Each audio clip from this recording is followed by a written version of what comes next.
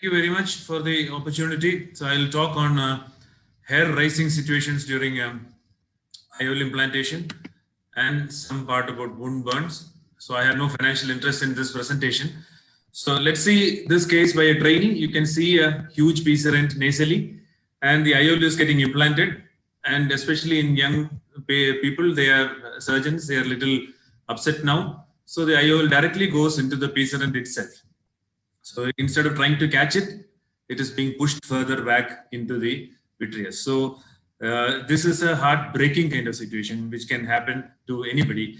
But I would say when you have a piece rent, use a 3-piece IOL, place the haptic and the optic inside first and leave the trailing haptic outside and then dial it in carefully so that it goes into the sulcus.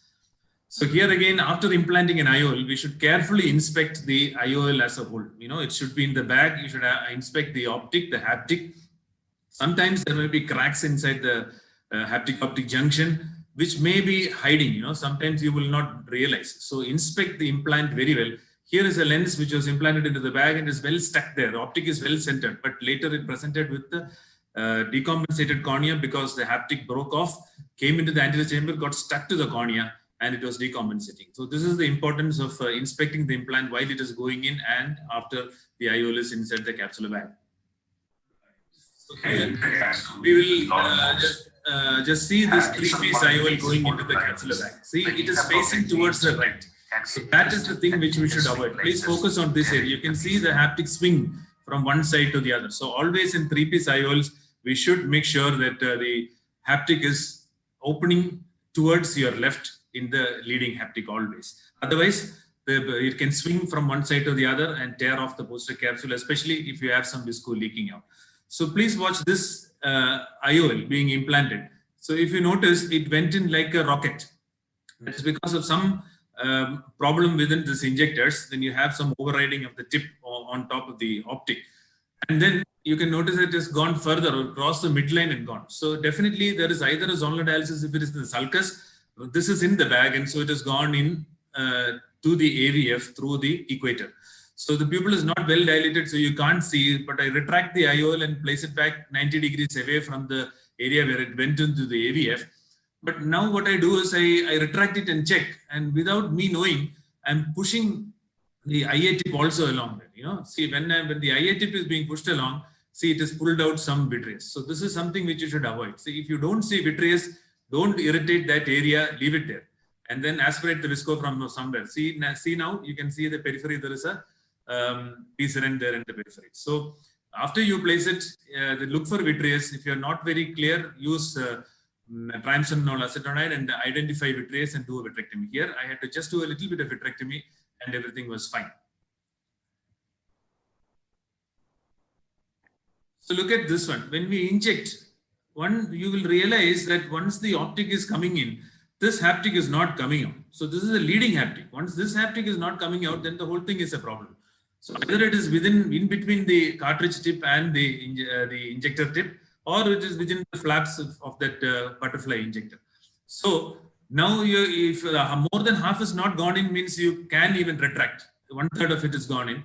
But if more than half of it is opened inside, you can't do anything. You have to let it in free into the anterior chamber. Once that is in, you see only 1/2 of one haptic here. If it is left in the bag, it will decenter. So push sodium hyaluronate in the bag, get the IOL in the anterior chamber, get another proper IOL placed into the capsular bag, and explant this IOL. So here, I do not use any other lens cutting instrument, although it can be used. This is a long Vanna scissors, which is kept separately for these kind of situations. I buy it from Appasamy and I don't have any financial interest in this, but it cuts any of the IOLs which are available now in the market. Once I like cutting it in half so that it comes out through a 2.8 to 3 millimeter incision very easily, because I don't want to squeeze out any IOL through tight incisions and make the incision worse. So once it is rotated in position, catch it well and bring it out, and this ends the case well. So in this one, this is a femtocataract. So if you notice, the rhexis here is complete. This is a complete rhexis. So here again, same thing happens with this kind of IOL. So if you notice this is the position of the tip of the injector, and the IOL edge tip is here. So this tip should have been here, and that is why it is overriding the optic and causes thickening of this. The whole thing is more thick, and you need to apply more pressure. And once you apply more pressure after the bottleneck is over, that pressure is too much and it fires the lens inside. This is what happens. So inspect your injector, see whether the bend of the tip of the injector is reduced. If it is flattened out, do not use that. So here you can notice very clearly that luckily, although it went into the bag, it has broken the anterior capsule margin. So this also can happen. Retract the iris and see here this discontinuity. So this has not extended into the periphery or onto the posterior capsule, but this can also happen. So this is one case. See, this is what we have to make sure. To the sides, there are grooves into which the tip of the optic should be tucked in along with the haptic tips. That is how it is well loaded. So this is well loaded, and this hydrophilic acrylic IOL goes into the bag. See, notice haptic goes, optic goes. Suddenly there is some resistance and there is a giveaway feel, and the haptic is engaged here. It's not coming out. And if you notice, I pull back and see the injector tip has cut through the cartridge, and the plunger tip has come out, and the haptic is entangled between the tip of the plunger and the nozzle. So here we have to slit open the nozzle. It should be the tip of the haptic, which is entangled here, should be avoided, and another area can be cut. And when you come towards this area, it can be cut more.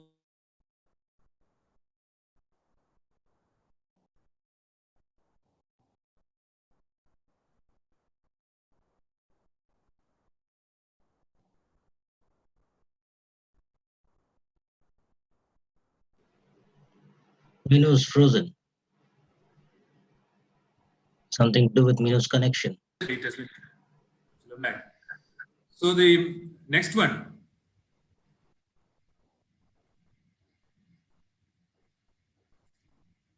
Sorry about that. Okay, so here comes another case where everything is fine. PC is fine, anterior capsule is fine, IOL is in the bag, well set. It is rotated in position, haptics open. I aspirate the visco from behind, and once I try to tilt the lens and aspirate, I see some lines on the PC. So this is when you have to stop and think what has happened. These two lines were not there. So everything was fine, but so I'm trying to inspect. See, this is loosening up, and you find that it is just a bit of long thread of cortex which is stuck to the haptic and the optic, back of the optic. So sometimes you may be fooled. You may think that it's a PC rent and you may explant the IOL and all. So inspect properly and identify.